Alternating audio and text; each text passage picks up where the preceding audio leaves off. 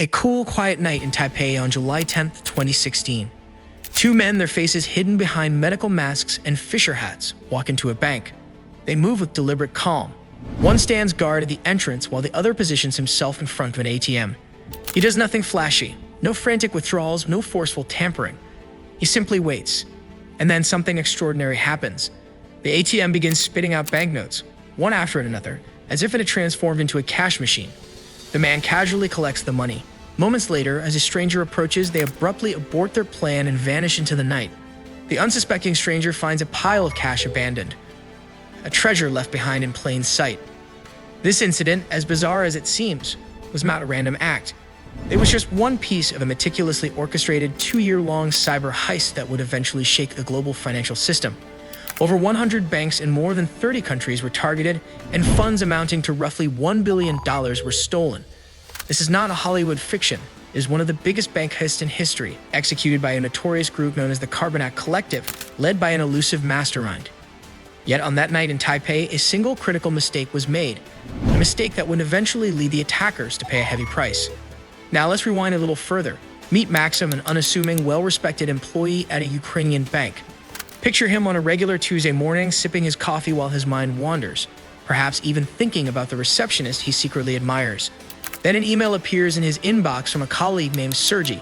The subject line reads something official: compliance with Federal Law 115. The email has an attached Word document. It seems innocuous enough.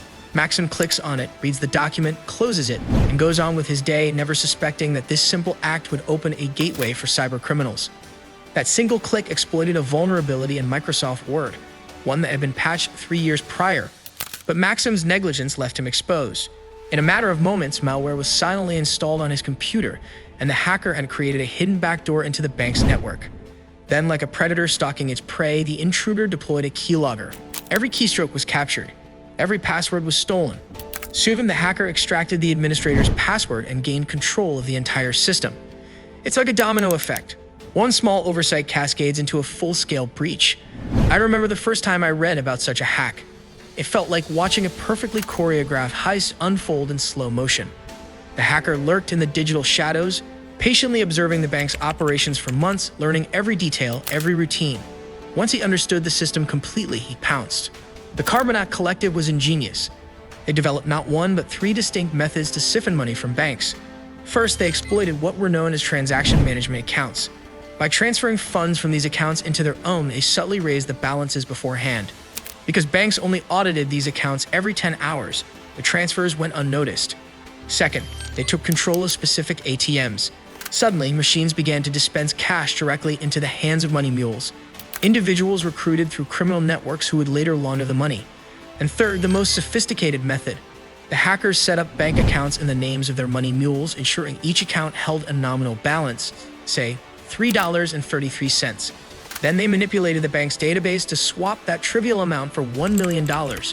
With a simple swipe of a debit card, the mules withdrew vast sums. In one stunning twist, some bank customers even found themselves with an inexplicable $1 million balance. I was utterly captivated when I first learned about these methods. It was like a scene from a spy thriller, and every detail was disturbingly real. Such techniques remind us that in our hyper-connected world, even a single missed update, like Maxim's failure to install his Windows patches, can trigger catastrophic consequences. As the scope of the heist became apparent, cybersecurity experts from Kaspersky Labs joined forces with financial institutions and law enforcement agencies across Europe, Russia, China, and beyond.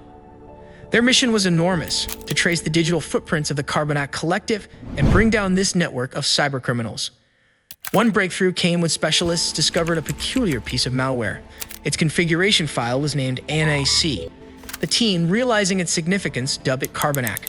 This tiny piece of code linked disparate incidents, from hacked ATMs in Ukraine to the bizarre cash-spitting event in Taipei, revealing a complex, coordinated operation. In Taipei, the heist reached a fever pitch. Along with the 2 men at one branch, similar attacks were launched at 20 other branches across the city. One bank reported over 70 million new Taiwan dollars withdrawn illegally from 34 ATMs in 20 branches. The Taiwanese police were swift. They mobilized 500 officers to review every CCTV frame, tracing suspects across hotels and public spaces. In one dramatic instance, 22 money mules, mostly Russian with some Eastern European, were identified. Many fled, but a few were caught. In one memorable moment, a suspect was forced by police to lead them to his hotel room, where they discovered banknotes totaling approximately $1.5 million. In another twist, an elderly man, mistaking a bag of cash for a divine blessing, took it home. The police eventually recovered 90% of the stolen money, but the labyrinthine network and its mastermind remained elusive. That mastermind was Denis K., a Ukrainian by birth. Denis now resided in Alicante, Spain. A man of few words, he preferred the solitude of his home and the quiet hum of his computer. Denis was a virtuoso of the dark arts of coding malware. Operating under a veil of anonymity, he conducted his business in Bitcoin, spending almost entirely in digital currency.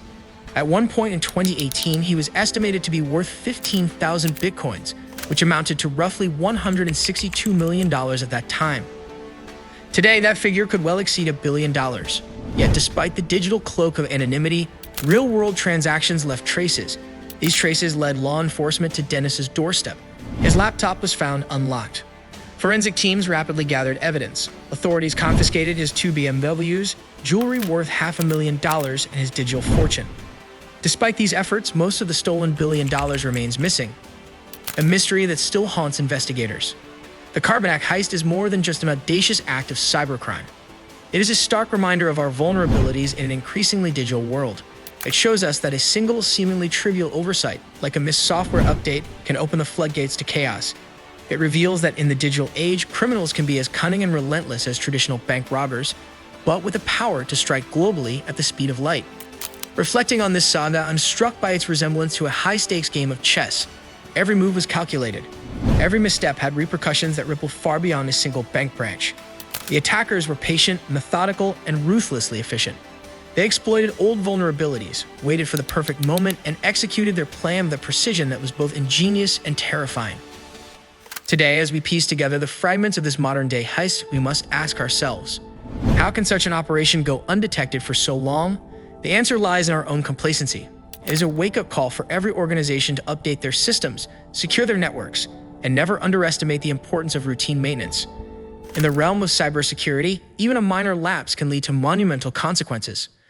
Thank you for joining me on this deep dive into one of the most sophisticated and audacious cyber heists in history.